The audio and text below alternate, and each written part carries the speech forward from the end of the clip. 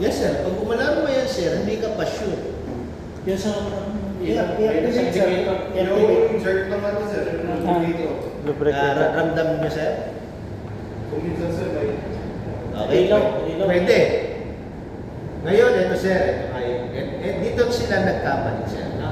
Kasi pag umiilaw yung indicator light natin dito. Ibig sabihin na-activate. Anong ibig sabihin? Magalaw.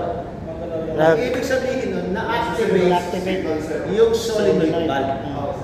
Not necessarily mean na-activate yung plug yan. Kung stock up yan sir. Ayun. Okay. So rarely may stock up yan. So far wala pa naman ako narinig. Ibig sabihin, okay ang feedback, okay din to. Okay. Ang proportional. Ibig sabihin, Ang sa feedback. kung umiilaw ito, hindi kagad natin pwedeng i-assume na gumagana to. Kasi umalaro pa to. Okay? Ano ang patunay talaga natin na ito ay gumagalaw sa loob?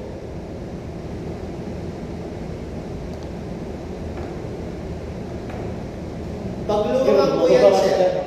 Pagluwangan ko yan, anong mangyayari kapag ito gumagalaw? May presyo. May lalabas, may presyo. Kung hindi ito gumagalaw, Walang walang presyo. Okay, sir? Dito kung bubukas natin sir. Meron kasing nangyari, yes, sir. Correct. Meron kasing nangyari, sir, na umiilaw yan. Ngayon, tinano nila yan, in-ignore nila yung feedback. Kasi umiilaw ito eh. Okay? Alam niyo kung anong problema? Bago kasi sila umalis, nagkaroon sila ng maintenance sa HCU. Na isamang isara ang 560. Hindi na nabuksan. Which is 560 sa black. hindi naman yung ginagawa. Kasi hindi naman yung lubricator ang pinalagyan. 560.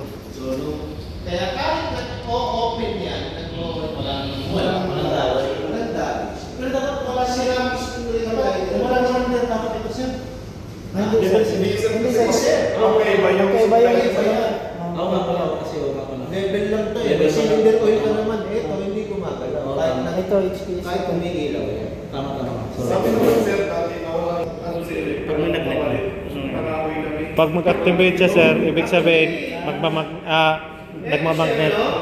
To make sure, no? Kahit may mga washer na mga maliliit, ginaganon ko lang kung magmamagnet. O hindi na kung wala kang pen. Yung washer na mga maliliit, pag idikit mo lang siya, didikit mo siya. O sir. Pag yan ba Yeah. na-energize, pero hindi gumalaw yung spool sa loob. Magmagnet, sir. Magnet pa rin, sir. Mag-magnet pa rin, no? Opo. Iilaw pa rin yung ano mo, no? Yung magnet mo. Ngayon, kung hindi gumagalaw doon, paano mo malalaman? Pwede mo kasi tusukin to, sir. Mararamdaman mo dito. I-jerk kanya papalik. Oo. Lulubog ka ng konti, sir, no? Tapos, pag nag-up and down yan, Oo. mararamdaman mo dito. Ibig sabihin gumagana siya na yun. Gumagana sa Ibig sabihin, tama. Lumalaban minsan pag, Lumalaban. hindi ganun pag-activate. Pero yung mismo, yung minsan lang yung ilaw, Hindi mo pala ma-realize. sir. Okay. Although, napaka-rare naman na mangyari na Oo. stock up din yung spool niya. Okay, hindi naman so... Ano nga ang number dito, sir? 51. 51? 51, 52, 21. 51. Makita naman sa channel ko, di ba? 51. Nandun naman sa ano yan lang. Nasa CCU, System B. Sir, yung J50. 50. J50 to. J50. Ano lang ang condition na gagamitin niyo siya? Pagka hindi na gumana yung piston na, yung ano, i-condemn mo sir.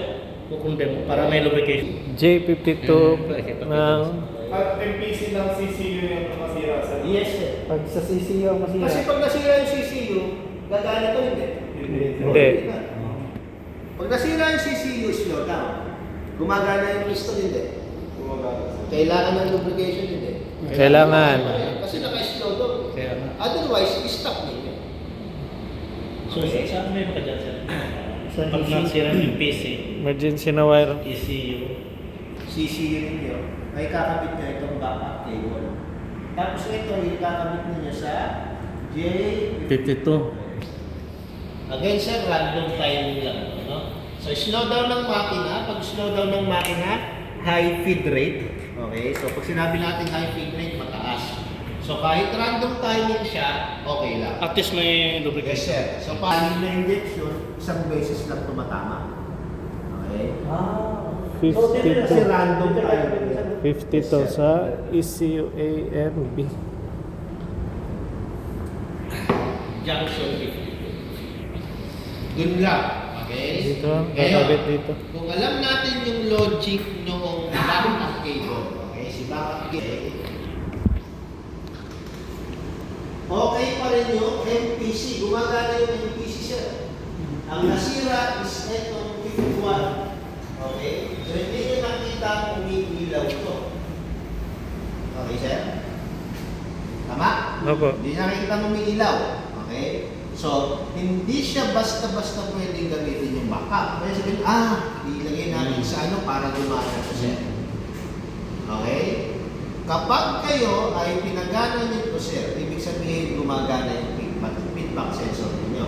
So, ibig sabihin, mawawala yung slowdown. Ngayon, mag-i-increase kayo na RPM. speed RPM. Hindi pwede yun, sir.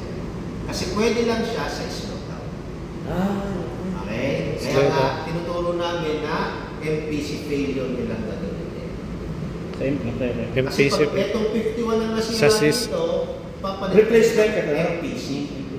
Okay. Okay, sir. Hindi Klaro, pwede klaro. gamitin yung ECU ninyo. Kasi Okay. ang Pag emergency lang after talaga. sir, mababa na ang feed rate. Okay, so hindi pwede. Tapos naka-random tayo. Gas-gas ang mangyayari. So CCU. CCU failure. Gagamitin Kasi yung wala- wire na yan. Si brakes hindi yan maka-increase ng speed. Okay? Otherwise, either bumalik yung... Nag-backup ka na eh. Oo, backupan mo lang for the meantime. Eh, halimbawa, Pero slow down. sigurado nyo Pero salpak 6 ng hours, MPC. 6 hours. Nandun na kayo sa, naka 2 hours na kayo naman yung direct. So, baka 2 hours din yung pagbalik. Eh, syempre, may charter eh. Pinoprotektahan din natin yung charter eh. Makapalit na talaga. Palit na kayo. For the mean, kasi isang dali lang naman magpalit eh. Matagal na yung isang oras. Mamaya, i-demo natin sir.